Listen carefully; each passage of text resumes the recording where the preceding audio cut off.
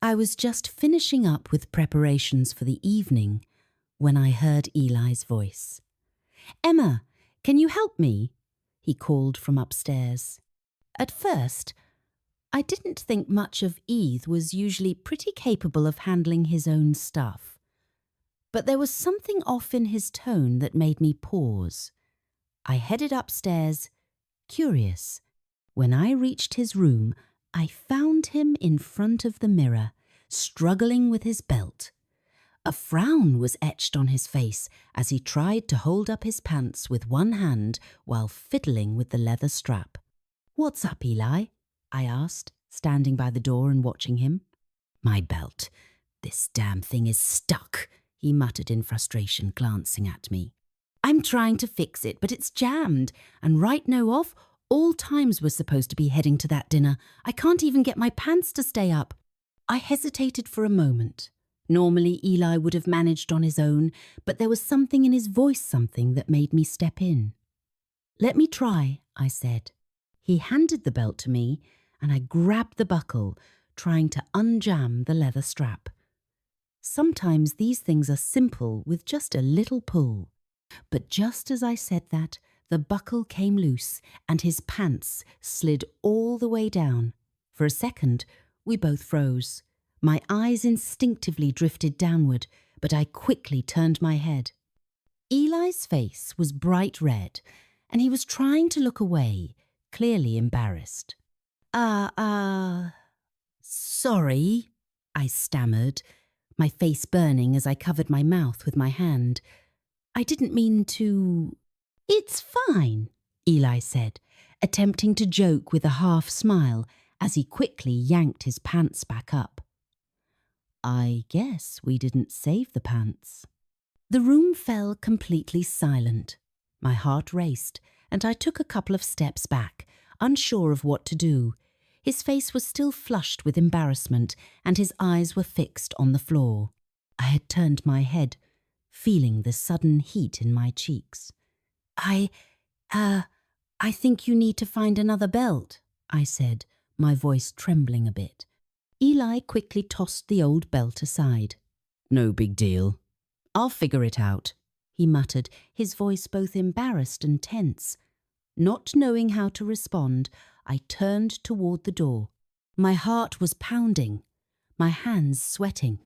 "I'll finish getting ready in my room," I said, rushing out of the room. As soon as I closed the door behind me, I leaned against it, trying to catch my breath. "What am I doing?" I whispered to myself. How did this happen? The heat on my face wouldn't go away, and my hands were still shaking. I tried to fix my makeup in front of the mirror, but my hands wouldn't stay still. Every time I thought about Eli's expression, my heart raced again. This had to be just an accident, right? Just an unfortunate moment. I jumped when I heard David's voice from the other side of the door. "Emma, you ready? We're going to be late," he called. "I'm coming," I said, trying to keep my voice normal. I took a deep breath, trying to calm myself. Tonight, I had to act like nothing had happened. By the time I came downstairs, Eli was already ready. He'd found a new belt and was fixing his tie in the entryway. For a brief moment, our eyes met, but he quickly looked away, his face clearly showing he was trying to forget what had just happened. David, completely unaware, smiled as he grabbed his keys. "All right, you two, ready to go?" he asked. "Yeah," I answered, making sure my voice sounded calm. Eli nodded quietly and headed toward the door. We got in the car, and David started humming along to a song on the radio. I looked out the window, trying not to notice Eli's shadow in the corner of my eye. Just sitting next to him was making it hard to breathe, but I had to act like everything was fine. The uneasy feeling in my stomach wasn't going away.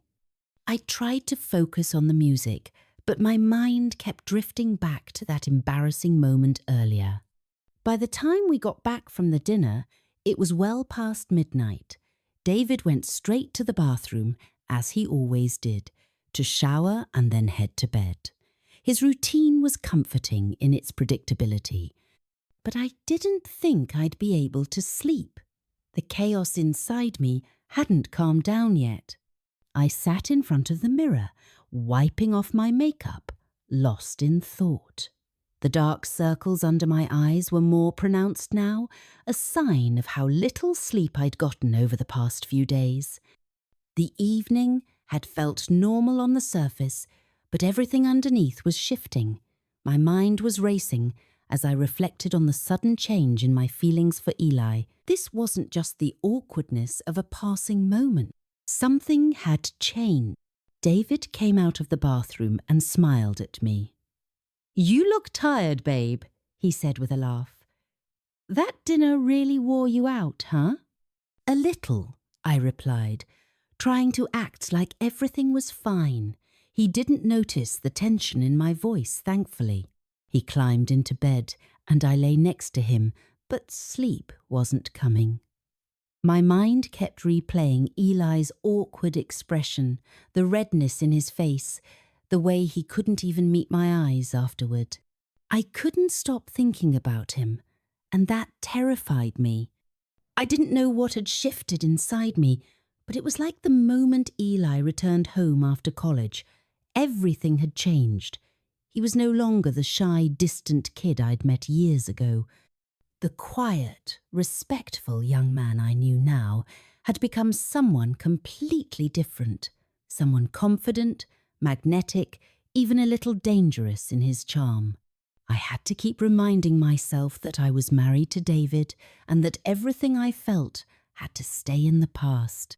But why did it feel like something had shifted when Eli looked at me?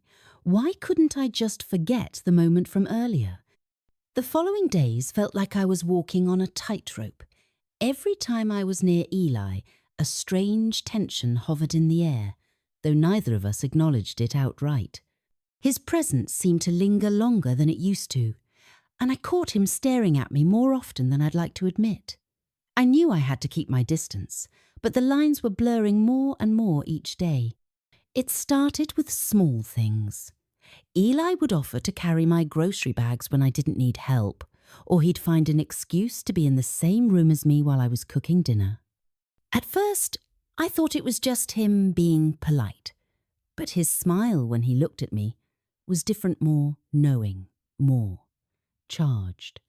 And every time he spoke, I couldn't shake the feeling that his words were laced with something more than just casual conversation. "Need help with that?" Eli's voice broke through my thoughts as I reached for the top shelf to grab a jar of spices. I turned to find him standing behind me, his body too close for comfort. "I've got it," I replied quickly, stepping aside. I didn't like the way he was watching me, the way his eyes lingered just a second longer than they should have. It felt like he was studying me, looking at me in a way no one had before. "You sure?" Eli's grin was teasing, but there was something in his eyes that made me second-guess myself. I nodded, trying to push the uneasy feeling down. "Yeah, I'm fine." I pulled the jar down and hastily put it back in place. The awkwardness between us continued throughout the day. I kept telling myself it was just my imagination running wild, but every time Eli was around, my heart would start racing for no reason. It didn't help that he had started showing up more often, finding excuses to hang around or talk to me, always with that same lingering smile. As the week passed, David's schedule grew busier. He had to work late into the evening a few nights in a row, and I found myself spending more time alone at home. Eli, on the other hand, seemed to be around constantly. The space that used to feel familiar now felt crowded by the weight of unspoken words and hidden glances. One evening, after another awkward exchange in the kitchen, Eli and I found ourselves alone in the living room. The silence stretched out, and neither of us knew how to break it. Finally, I couldn't take it anymore. Eli, I began, trying to steady my voice. We need to talk. His eyes snapped up to mine, surprised. Talk about what? I hesitated, feeling the familiar heat creep up my neck. About everything. I don't know why things feel so different between us, but it's hard to ignore anymore. He ran a hand through his hair, his jaw tightening as he stood up from the couch. I didn't mean to make you uncomfortable. I'm sorry if I've crossed any lines, Eli said, his voice low and serious. I stared at him, unsure how to respond.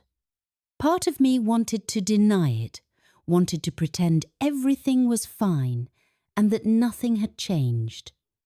But I knew that wasn't true.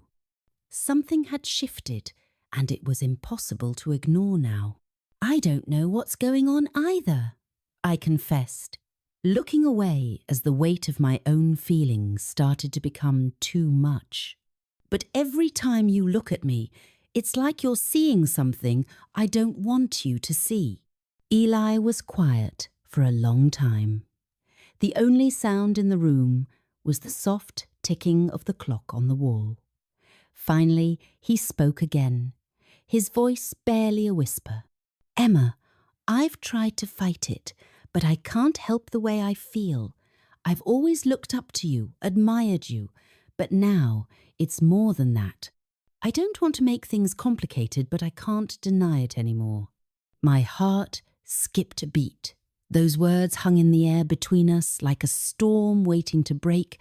I felt a rush of emotions, confusion, guilt, longing, but mostly fear. This was wrong, wasn't it? I was married to David. I loved David. I couldn't let myself be swayed by whatever this was between Eli and me. I can't do this, Eli, I said, the words escaping my lips with more force than I intended. I love David. Whatever this is, it can't happen. Eli nodded slowly, his eyes darkening.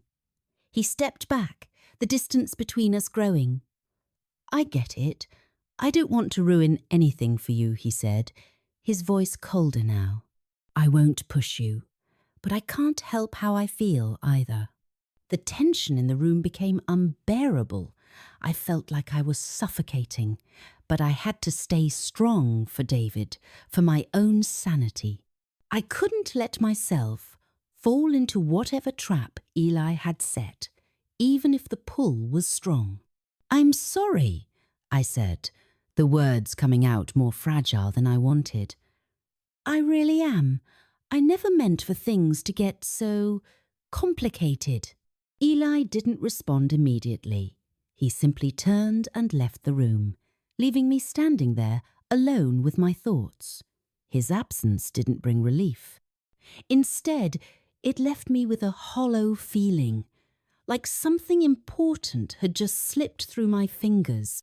I didn't know what to do with all the emotions swirling inside me. Part of me wanted to ignore everything and pretend that nothing had changed. But another part of me couldn't deny the connection I'd felt with Elith's closeness, the way my heart had raced when I was near him. It scared me how much I longed for him, even though I knew I shouldn't. That night, when David came home, I was already in bed, trying to keep my thoughts from racing. He kissed me goodnight and wrapped his arms around me, but I felt so far away, like I was drifting in a sea of confusion and guilt. Is everything okay, Emma? He asked, his voice laced with concern as he pulled me closer. I forced a smile, my heart heavy with all the things I couldn't say. Yeah, everything's fine, I lied, burying my face in his chest, just tired. But I wasn't fine, and I didn't know how to fix it.